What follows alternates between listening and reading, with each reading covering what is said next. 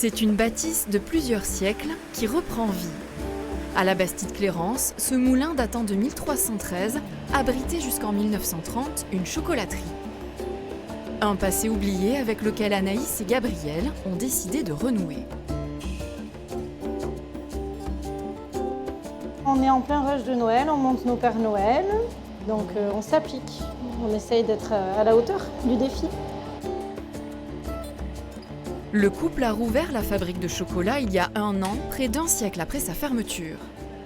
Un vrai changement de vie pour lui, qui était auparavant ingénieur en électricité et elle, esthéticienne. Avec les mêmes ingrédients dans les mêmes proportions, ils sont restés fidèles à la recette utilisée ici à l'époque. Cette recette, c'est vraiment le départ de notre projet. On a vraiment envie de la mettre en avant sous toutes ses formes. On a voulu nous s'attacher à garder un chocolat volontairement un peu plus sucré, parce qu'à l'époque aussi, on aimait bien le sucre. C'est un chocolat noir qui reste très doux.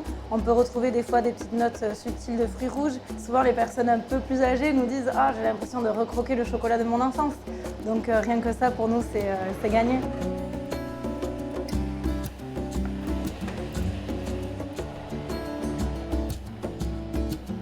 Le chocolat, c'est une matière sensible. J'apprends tous les jours parce que c'est pas mon métier, c'est pas mon domaine à l'origine, quoi. Autant Gabriel pour la partie cacao que moi pour la partie chocolat, ça s'apprend pas comme ça. Une aventure débutée lorsque le couple a entrepris de rénover le moulin, propriété de la famille de Gabriel depuis 5 générations. Leurs recherches les ont emmenés dans les archives d'une abbaye voisine et ils sont allés de découverte en découverte. Mon grand-père nous parlait de la chocolaterie de son grand-père quand on était enfant. Mais pour le coup, ça tenait vraiment de la légende familiale parce qu'en fait, il n'avait pas la preuve de ce qu'il avançait. Et en fait, tout ce que vous voyez sur la table, même l'emballage ici derrière, tout ça, on ne le connaissait pas du tout. La chocolaterie a d'abord été créée par les moines dans l'abbaye de Belloc en 1884, avant d'être déménagée ici en 1902. C'est vraiment la première pièce qu'on ait retrouvée. C'était la preuve que la chocolaterie avait bien existé ici et que mon grand-père ne racontait pas des salades, quoi. Et ça, c'est vraiment le point de départ de toute l'aventure, puisqu'à partir de l'emballage, on a retrouvé les recettes à l'abbaye de Belloc.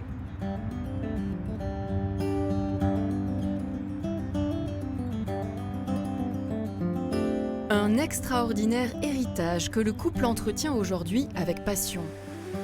La bâtisse a d'abord été un moulin à farine pendant 600 ans, avant l'arrivée de l'arrière-arrière-grand-père de Gabriel, Jules Ozzy, un inventeur de génie.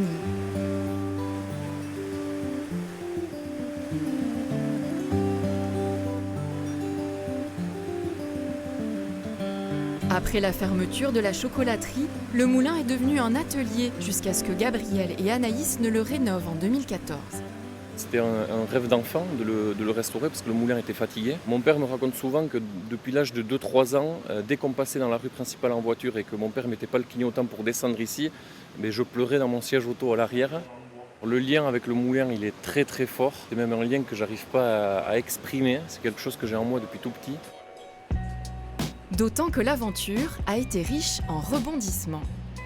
Ça, c'est de l'horlogerie, hein. Je pense qu'on a 2 semaines de boulot à passer pour tout régler. Il faut que la tablette elle ressorte impeccable. Ça, c'est une plieuse automatique. Voilà, pour ceux qui ont la référence, c'est la marmotte qui met le chocolat dans le papier d'alu. C'est cette machine-là. C'est-à-dire que c'est un petit moteur qui va entraîner plus de 25 mouvements simultanés. Et donc, ça emballe une tablette toutes les 2 secondes. Pour le moment, elle fonctionne, mais elle n'emballe pas bien. Gabriel a réussi à retrouver toutes les anciennes machines de la fabrique. Elles avaient été précieusement conservées dans un autre moulin à Hayères par la famille Noblia qui les lui a intégralement restituées.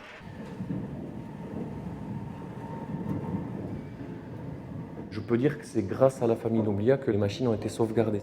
On a passé 3 mois avec mon père et mon frère à tout démonter. On a tout ramené ici à la Bastide avec mes copains agriculteurs. Donc pour vous donner un ordre d'idée, rien que cette machine-là pèse à peu près 7 tonnes. Et avec le temps, en fait, on a découvert que ces machines étaient rarissimes. Pour la plupart, c'était les derniers exemplaires en France, voire même en Europe. Si au départ l'idée était de sauvegarder ces machines centenaires, l'objectif à l'avenir est de s'en servir pour produire le chocolat.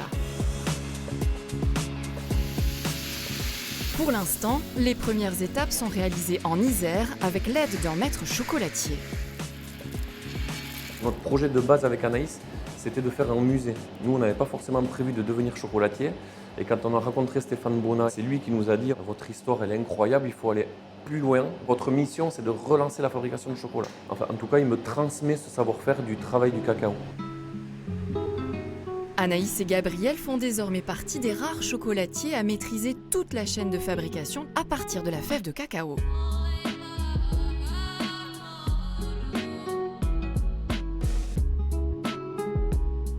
Le couple a embauché une pâtissière chocolatière pour l'épauler dans son apprentissage. Donc en tout, on a 10 assortiments. La fabrique possède aussi désormais une boutique et un musée. L'idée, grâce au musée, c'était de réapprendre aux gens comment on fabrique le chocolat. Nous-mêmes, on a réappris à le fabriquer, donc la boutique, bien sûr, nous permet de faire découvrir nos gourmandises. Un pari qui semblait un peu fou au départ, mais qui a été relevé avec cœur et authenticité. Alors, j'ai un chocolat au lait. Leur sauvegarde de ce patrimoine industriel et gastronomique a séduit.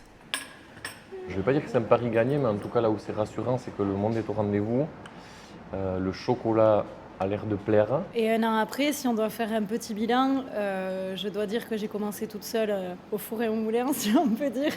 Là, aujourd'hui, je n'arriverai pas à suivre, donc ça veut dire que ça fonctionne. Et ce qu'on voulait aussi, c'était la transmission de tout ça, avec tous ceux qui ont envie d'apprendre, et bien évidemment avec nos enfants. Donc ça, on verra. On ne va rien leur imposer. Moi, oui. La 6e génération semble en tout cas promise à un avenir gourmand, à croquer à pleines dents. Nul doute qu'entre la famille Ozzi et la chocolaterie, ce sera encore une longue histoire.